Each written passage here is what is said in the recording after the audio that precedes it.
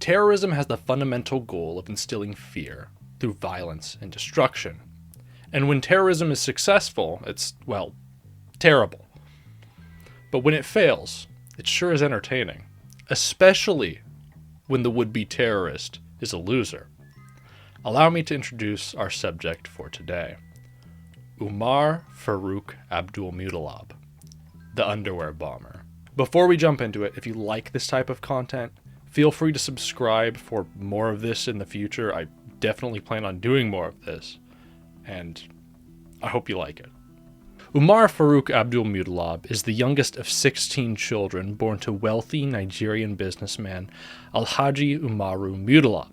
Farouk grows up in a very privileged position, and is considered a gifted, generous young man throughout his early education. So we've got a bright young boy ready to go out and better the world, especially now that he's leaving to go to college in London. How could this story go wrong? Well, Farouk is a man of God, and godliness would require certain sacrifices. He would explain in several online posts before going to college that he was lonely, had no friends, and had trouble controlling his urges sexually. And during his time in college, these problems would just become worse.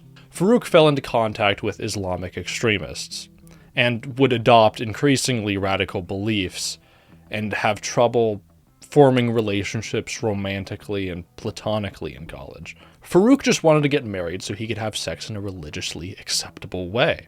And this desire brews in him for years, until he finally decides he is ready. But there's a problem. Farouk's father does not approve, and forbids him from marrying. His reason?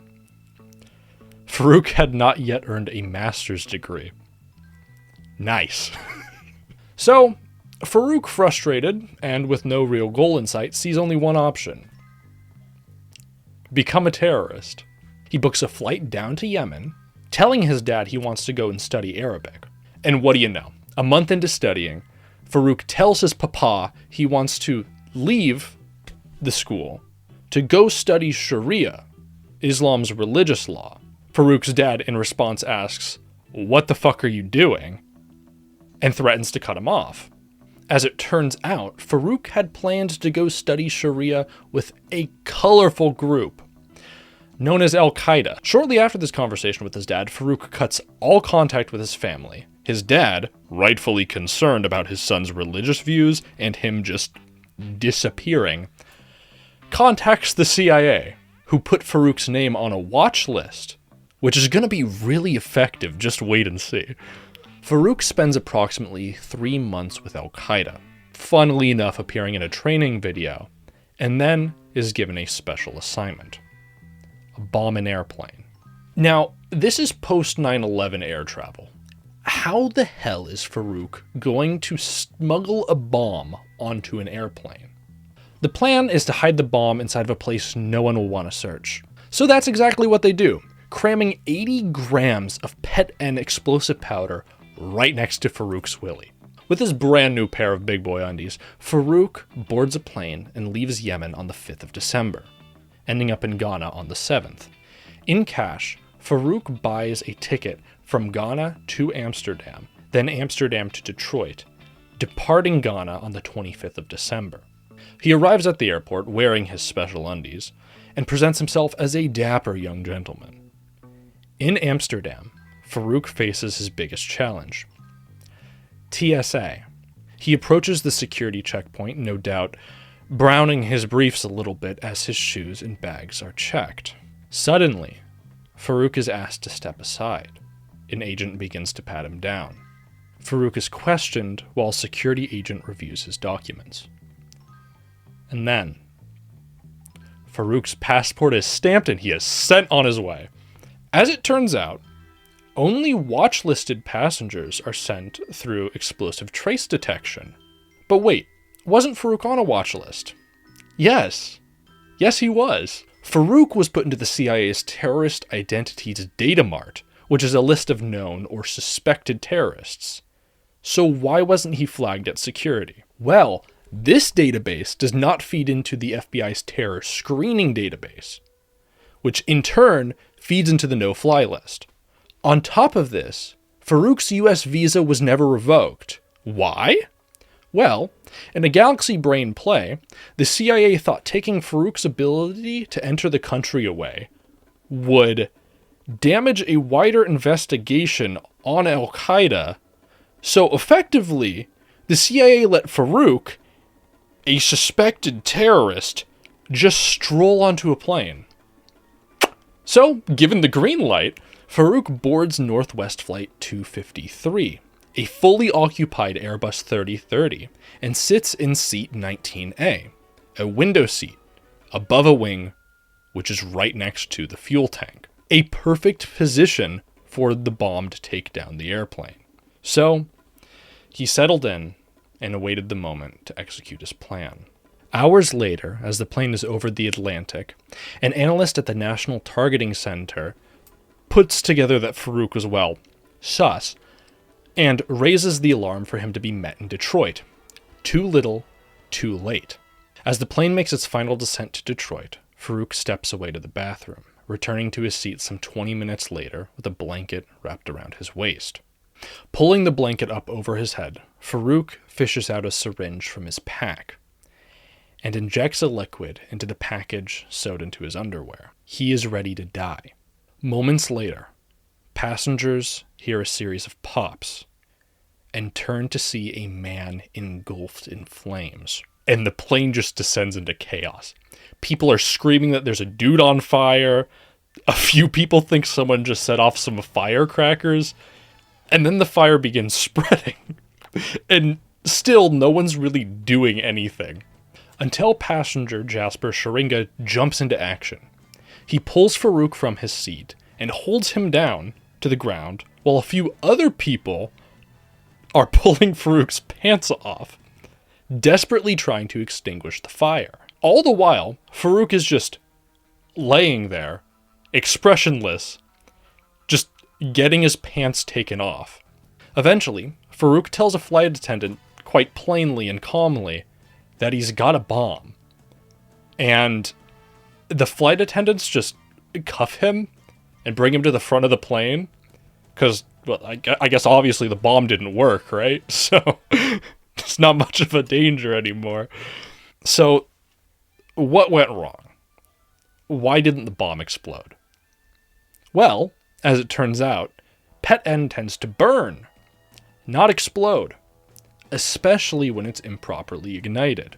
And burn it did. Farouk had second-degree burns to his thigh and his dick.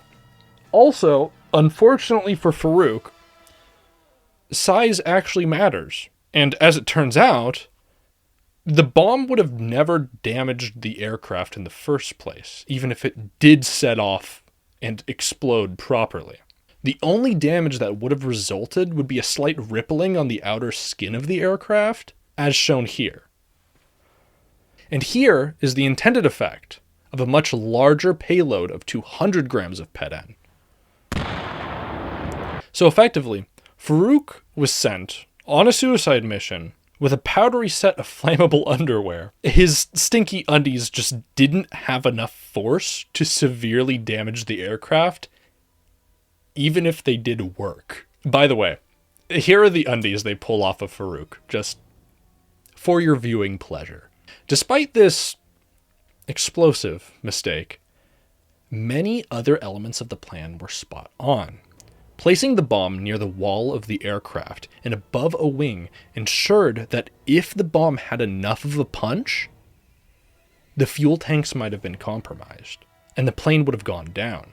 Thankfully, whatever master bomb maker who originally cooked up this plan was kind of an idiot. And the whole situation had Farouk being the only person severely injured. So, the plane lands safely in Detroit, and Farouk is detained by U.S. Customs and Border agents, who take him to the nearby University of Michigan hospital for treatment. Farouk has his wounds dressed and is absolutely loaded up with fentanyl to relieve the pain from his burns. And then the FBI agents arrive. The now absolutely fented out of his mind Farouk is interrogated for hours by the FBI, somehow managing to convey the very basic details of the plan and his connections with Al-Qaeda. The next day, Farouk is handcuffed to a wheelchair, rolled down the hallway and brought to a cramped hospital conference room where sits a judge and several agents who proceed to formally charge Farouk with attempting to take down the airplane. This charging normally happens in a courtroom, so just the visual of this guy severely burned, probably still on fentanyl, being wheeled down to get charged in a cramped room is just hilarious to me. Over the course of a few months, the charges keep piling on. Farouk is disowned by his father and will not be able to afford his own lawyer. Overall, not looking great for Farouk, and the trial is coming up fast. Luckily, Farouk is entitled to a public defender. In fact, he's given a whole team of public defenders. So, what does Farouk do with this blessing? He decides to dismiss all of the lawyers and defend himself. And the court transcripts are just hilarious here. The judge is practically pleading with Farouk, telling him, "You're not familiar with the law, you're not familiar with court procedure, you're not familiar with the rules of evidence, and I would strongly urge you to not try and represent yourself." Farouk moves on with trying to defend himself. The judge reluctantly allows it, appointing a standby legal counsel, basically to make sure Farouk doesn't completely mess up his own defense. Then, Farouk, against the advice of legal counsel, pleads guilty to all charges, and when sentencing comes around, Farouk is facing life in prison. Realizing that doesn't sound like fun, in one last hurrah, Farouk goes to his legal counsel for advice, and then tries to argue that life in prison for trying to kill 300 people and take down an airplane would be cruel and unusual punishment. Because, nobody actually got hurt, so it's alright. Farouk is then promptly sentenced to life in prison. And that's Farouk's story. Thank you all for watching. I have a ton of resources down below for a more detailed, non-joking look at Farouk, his plans, his connections. It's all very interesting. But leave a comment. Let me know what you think. I'm trying to figure out like a style here, looking for suggestions, right? So I'd love to hear any constructive criticism at all. Should I do it more like this, or should I do it more like my last video of this nature? The failed assassination of George Bush, I think is the title. Anyway, like, subscribe, and I'll catch you later.